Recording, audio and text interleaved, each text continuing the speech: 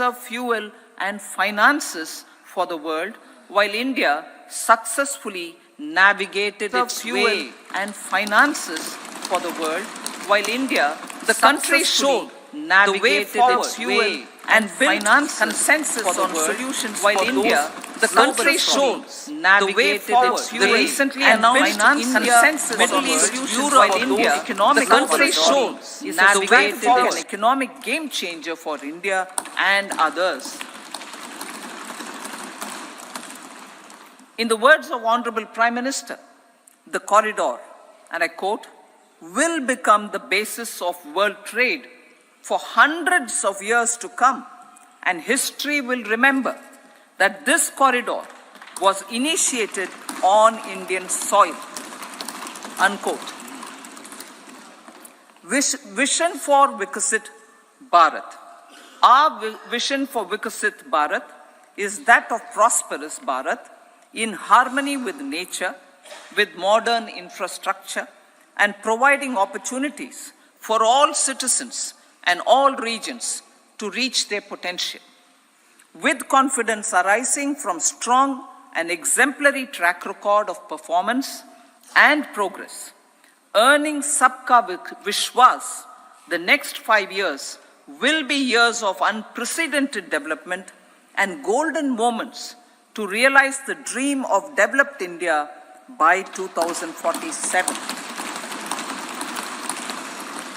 The trinity of demography, democracy, and diversity backed by Sabka Prayas has the potential to fulfill aspirations of every Indian. As Honorable Prime Minister in his Independence Day address to the nation mentioned, I quote, there is no dearth of opportunities, as many opportunities as we want. The country is capable of creating more opportunities. Sky is the limit, unquote. Strategy for Amrit Kal.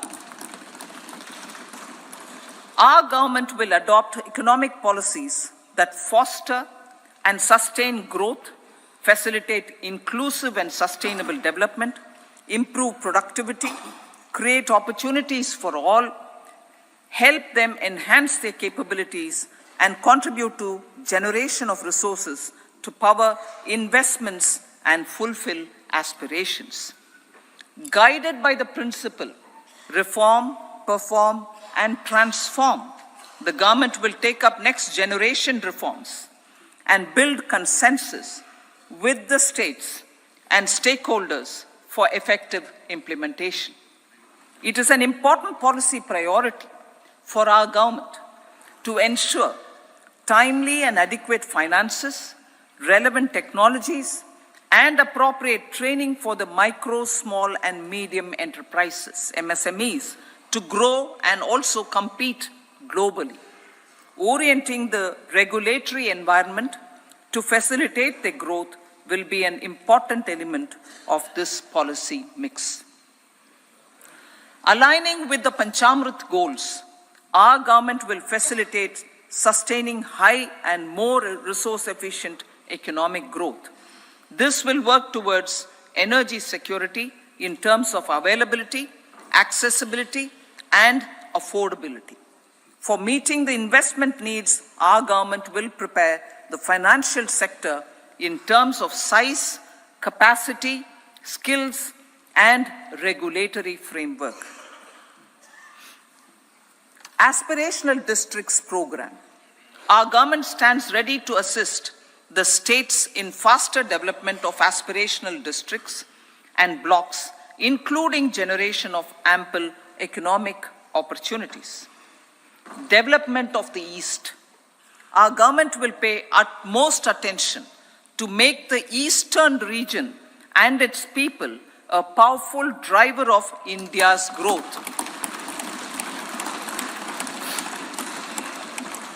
PM Awas Yojana Gramin.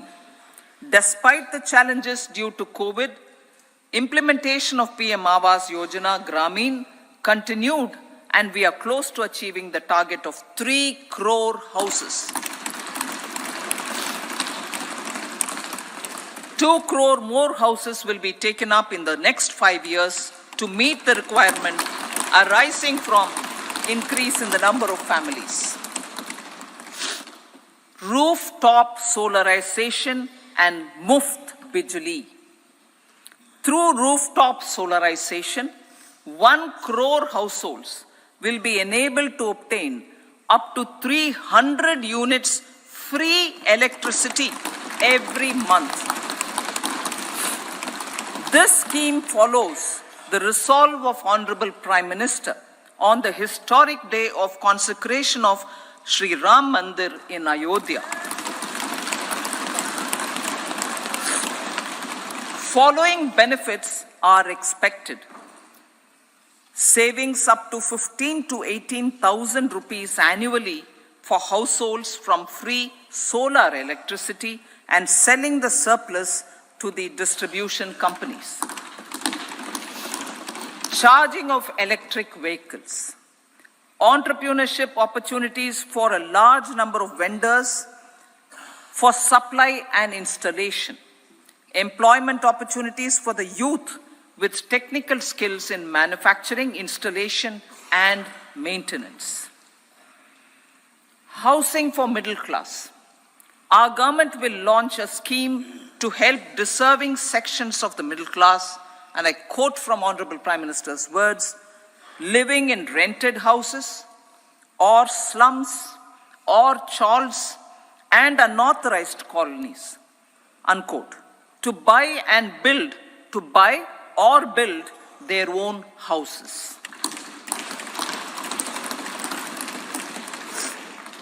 Medical colleges. Several youth are ambitious to get qualified as doctors. They aim to serve our people through improved healthcare services. Our government plans to set up more medical colleges by utilizing the existing hospital infrastructure under various departments.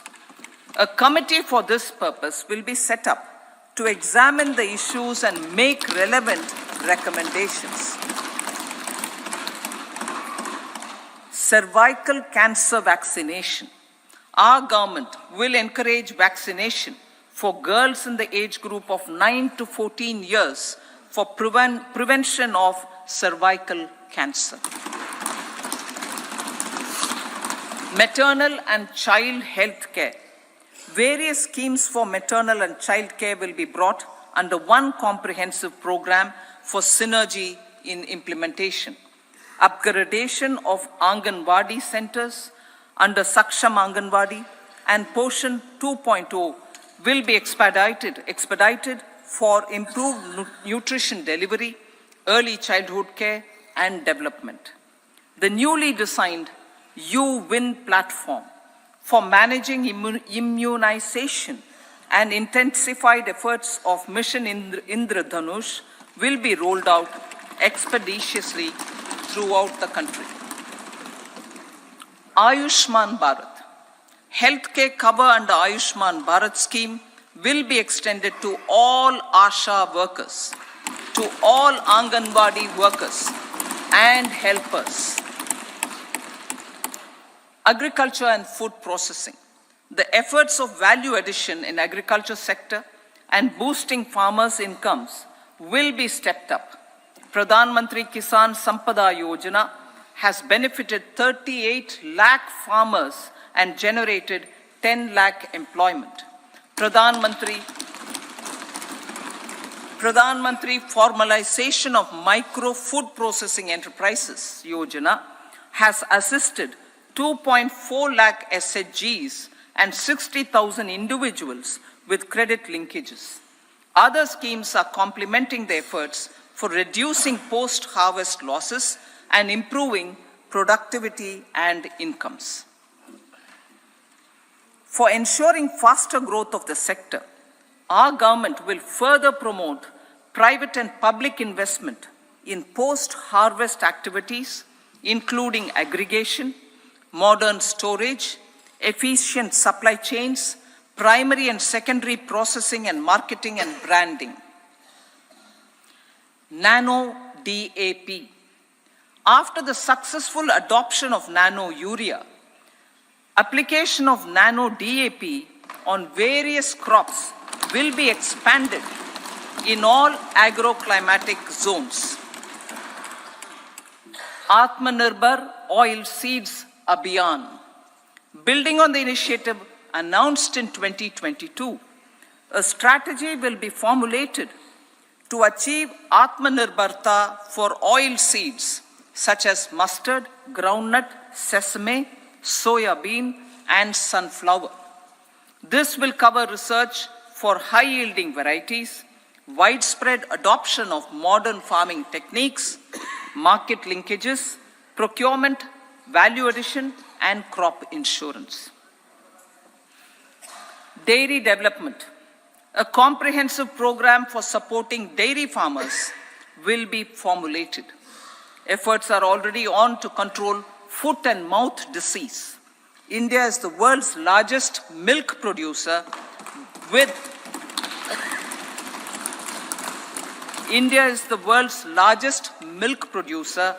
but with low productivity of milch animals.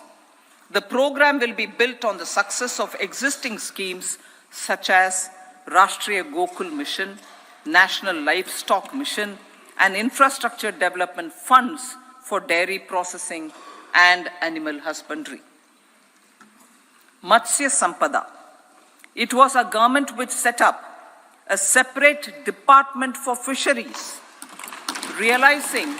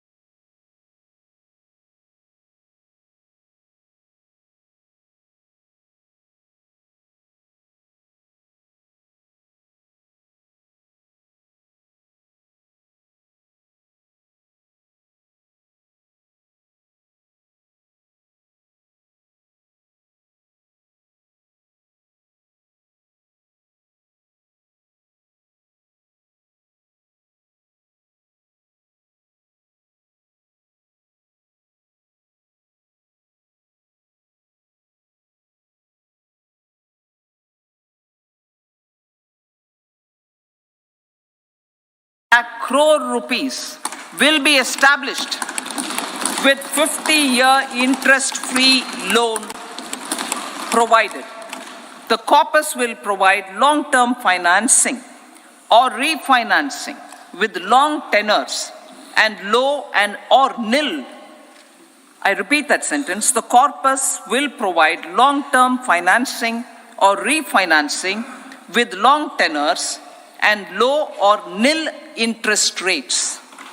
This will encourage the private sector to scale up research and innovation significantly in sunrise domains. We need to have programs that combine the powers of our youth and technology. A new scheme will be launched for strengthening deep tech technologies for defense purposes and expediting Atmanirbarta. Infrastructure development. Building on the massive tripling of the capital expenditure outlay in the past 4 years, resulting in huge multiplier impact on economic growth and employment creation, the outlay for the next year is being increased by 11.1% to 11,111 crore rupees. This would be 3.4% of our GDP. Railways. 3 major railway corridor programs will be implemented. These are energy, mineral and cement corridor. Number 2, port connectivity corridors. And number 3, high traffic density corridors. The projects have been identified under the PM Gati Shakti for enabling multimodal connectivity. They will improve logistics efficiency and reduce cost. The resultant decongestion of the high traffic corridors will also help in improving operations of passenger trains, resulting in safety and higher travel speed for passengers. Together with dedicated freight corridors, these 3 economic corridor programs will accelerate our GDP growth and reduce logistic costs.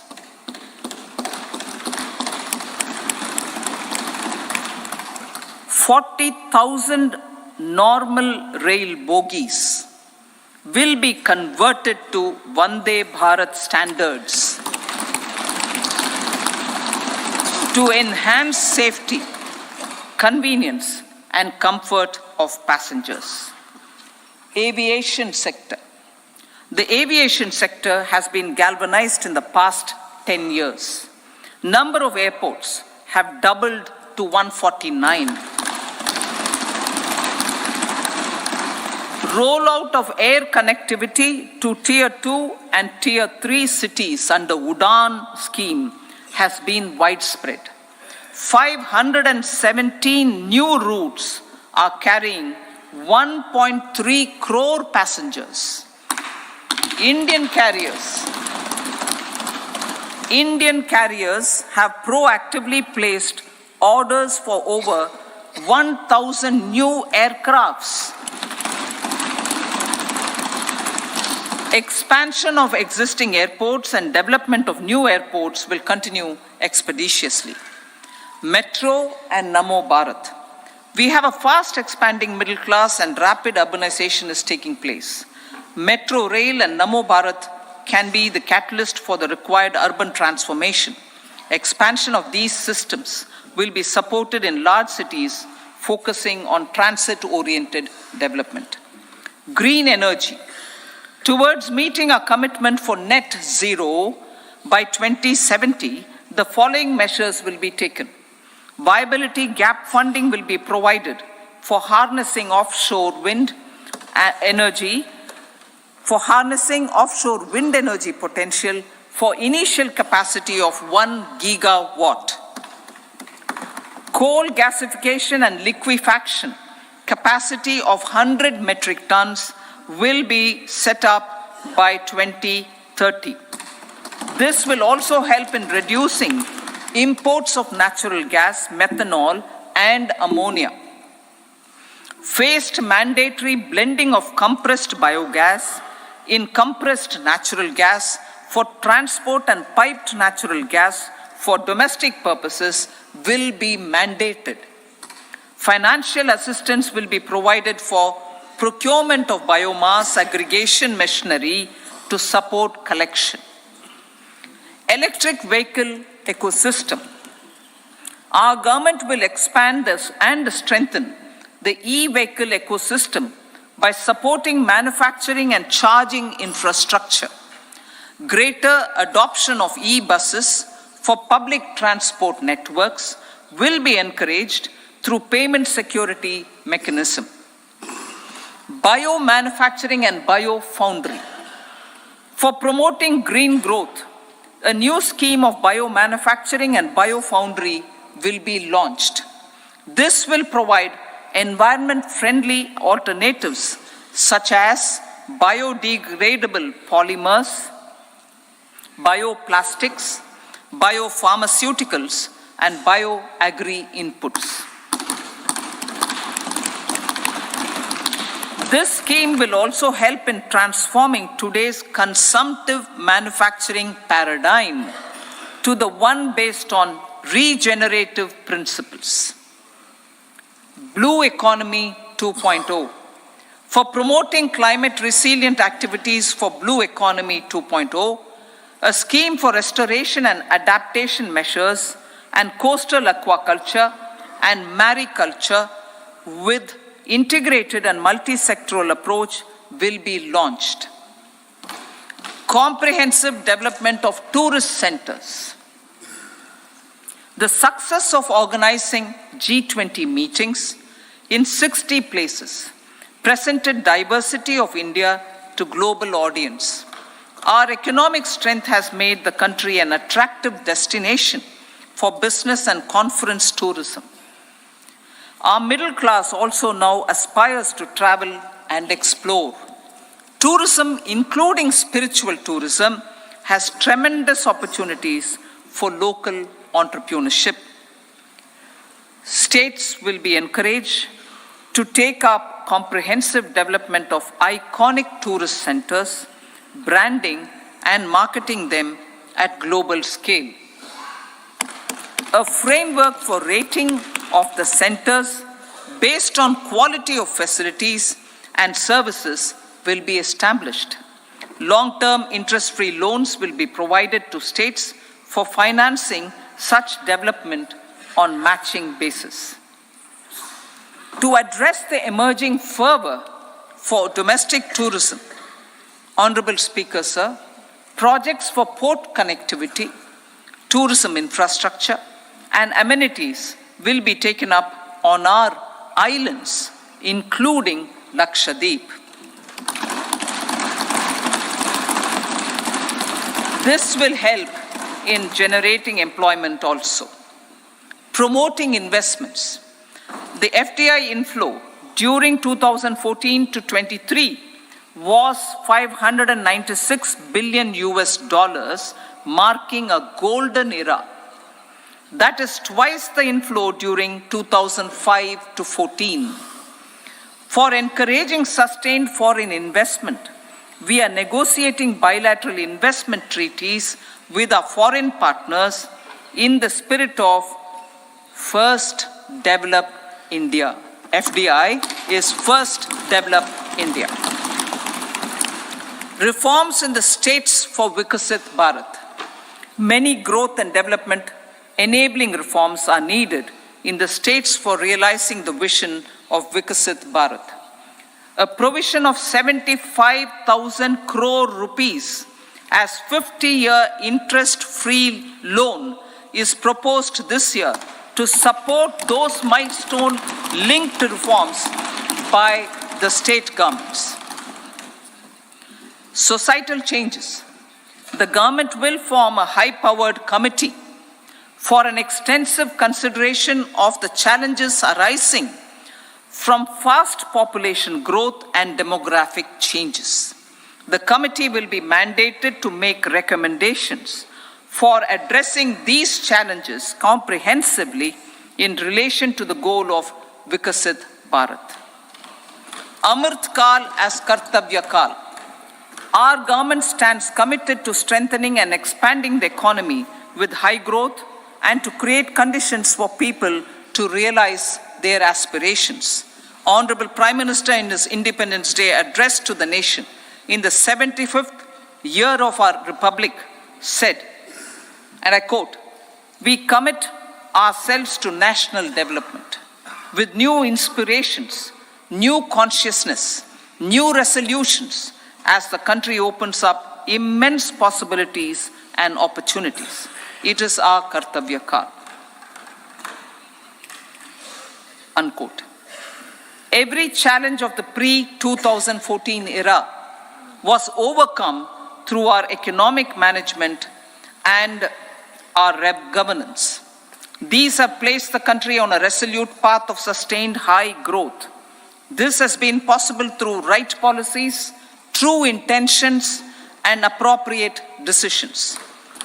In the full budget in July, Honorable Speaker, our government will present a detailed roadmap for our pursuit of Vikasit Bharat.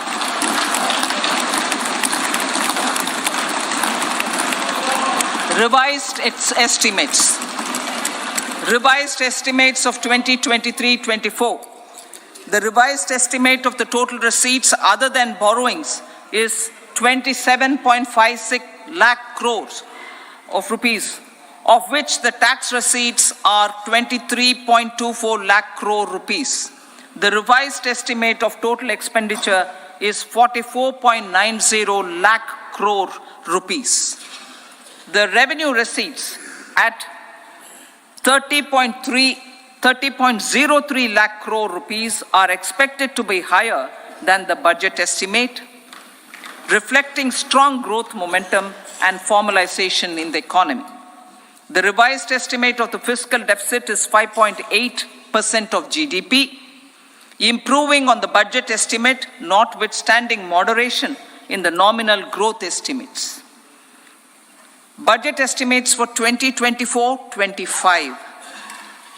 Coming to the year 2024-25, the total receipts other than borrowings and total expenditure are estimated at 30.80 and 47.66 lakh crore rupees respectively. The tax receipts are estimated at 26.02 lakh crore rupees. The scheme of 50-year interest-free loan for capital expenditure to states will be continued this year with an outlay of 1.3 lakh crore rupees. We continue on the path of fiscal consolidation as announced in my budget speech of 2021-22 to reduce fiscal deficit below 4.5% by 25-26. The fiscal deficit in 2024-25 is estimated to be 5.1% of GDP, adhering to that path. So the gross and net market borrowings through dated securities during 24-25 are estimated at 14.13 lakh crore rupees and 11.75 lakh crore respectively. Both will be less than that in 23-24. Now that the private investments are happening at scale, the lower borrowings by the central government will facilitate larger availability of credit for the private sector. Vote on account. I'll be seeking vote on account approval of the Parliament through the appropriation bill for a part of the financial year 2024-25. I will now move to part B. Honorable Speaker, sir, over the last 10 years, the direct tax collections have more than trebled and the return filers swelled 2.4 times. I would like to assure the taxpayers that their contributions have been used wisely for the development of the country and welfare of its people. I appreciate the taxpayers for their continued support. The government has reduced and rationalized tax rates. Under the new tax scheme, there is now no tax liability for taxpayers with income up to 7 lakh rupees, up from 2.2 lakh rupees in the financial year 2013-14. The threshold for presumptive taxation for retail businesses was increased from 2 crores to 3 crores. Similarly, the threshold for professionals eligible for presumptive taxation was increased from 50 lakh rupees to 75 lakh rupees. Also, corporate tax rate was decreased from 30% to 22% for existing domestic companies and to 15% for certain new manufacturing companies. Honorable Speaker, sir, in the last 5 years, our focus has been to improve taxpayer services. The age-old jurisdiction-based assessment system was transformed with the introduction of faceless assessment and appeal, thereby imparting greater efficiency, transparency, and accountability. Introduction of updated income tax returns, a new Form 26AS, and pre-filling of tax returns have made filing of tax returns simpler and easier. Average processing time of returns has been reduced from 93 days in the year 2013-14 to a mere 10 days this year, thereby making refunds faster.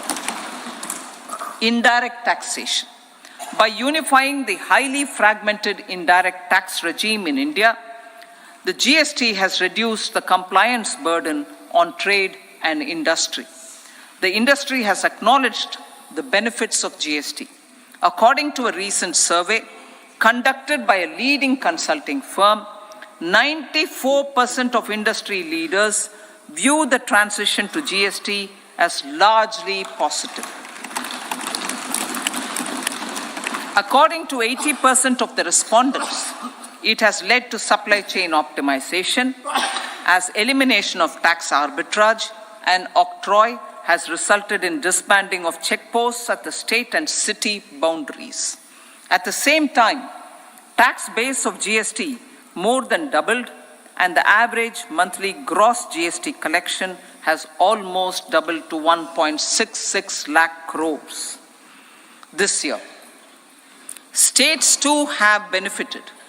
States' SGST revenue, including compensation released to states in the post-GST period of 2017-18 to 2022-23, has achieved a buoyancy of 1.22.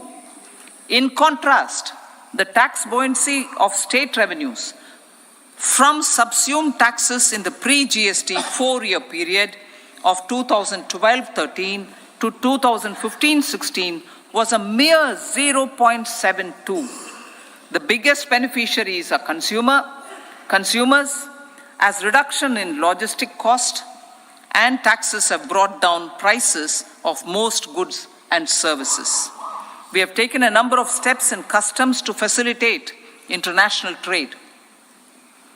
As a result, the import release time declined by 47% to 71 hours at inland container depots, by 28% to 44 hours at air cargo complexes, and by 27% to 85 hours at seaports over the last 4 years since 2019, when the national time release studies were first started. Tax proposals. As for tax proposals, in keeping with the convention, I do not propose to make any changes relating to taxation and propose to retain the same tax rates for direct and indirect taxes, including import duties.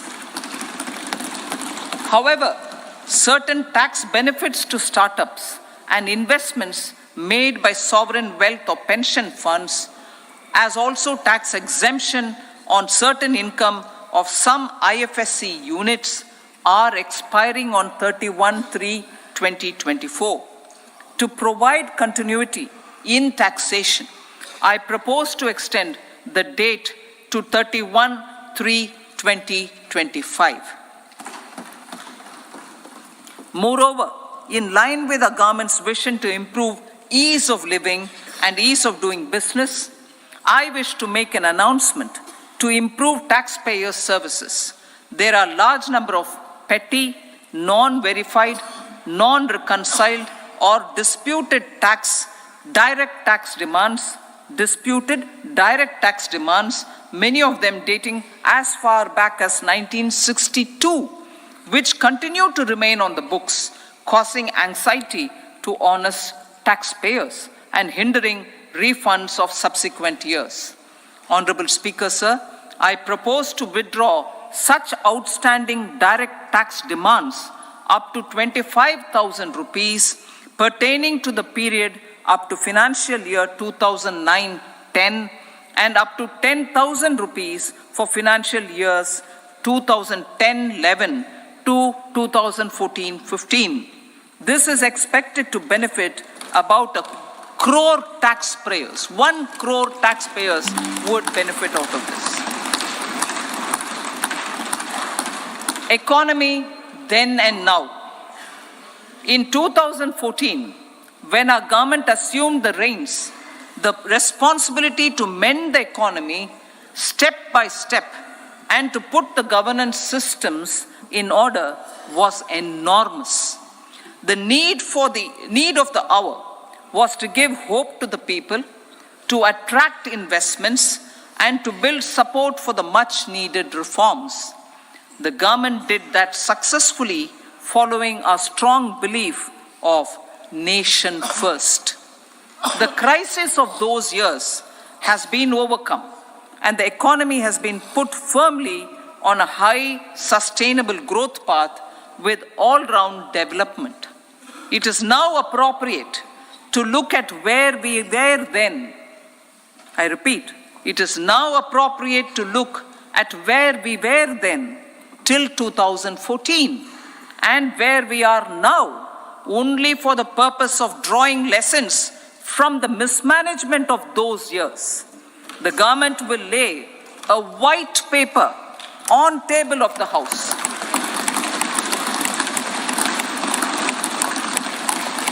The exemplary track record of governance, development and performance, effective delivery and Jan Kalyan has given the government trust, confidence and blessings of the people to realize whatever it takes, the goal of Vikasit Bharat, with good intentions, true dedication and hard work in the coming years and decades.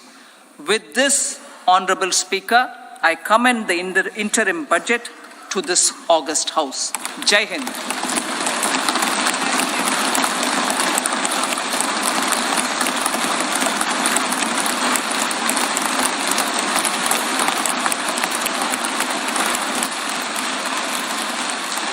Item number 2 Shrimati Nirmala Sitharaman ji.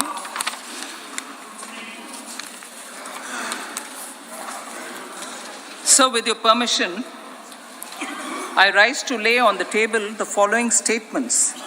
Under Section 3(1) of the Fiscal Responsibility and Budget Management Act 2003, medium-term fiscal policy cum fiscal policy strategy statement and macroeconomic framework statement.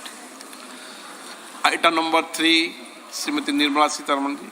Sir, with your permission, I rise to move for leave to introduce the Finance Bill 2024. प्रश्न ये है कि विधेयक को पुनर्स्थापित करने की अनुमति प्रदान की जाए। जो सदस्य इसके पक्ष में हाँ कहें, जो सदस्य विरोध में ना कहें। मेरे विचार में निर्णय हाँ वालों के पक्ष हुआ, हाँ वालों के पक्ष हुआ। माननीय मंत्री जी विधेयक को पुनर्स्थापित करें। Sir, I introduce the bill. सभा की कार्रवाई शुक्रवार दिनांक 2 फरवरी 2024 को प्राप्त 11 बजे तक के लिए स्थगित की जाती है।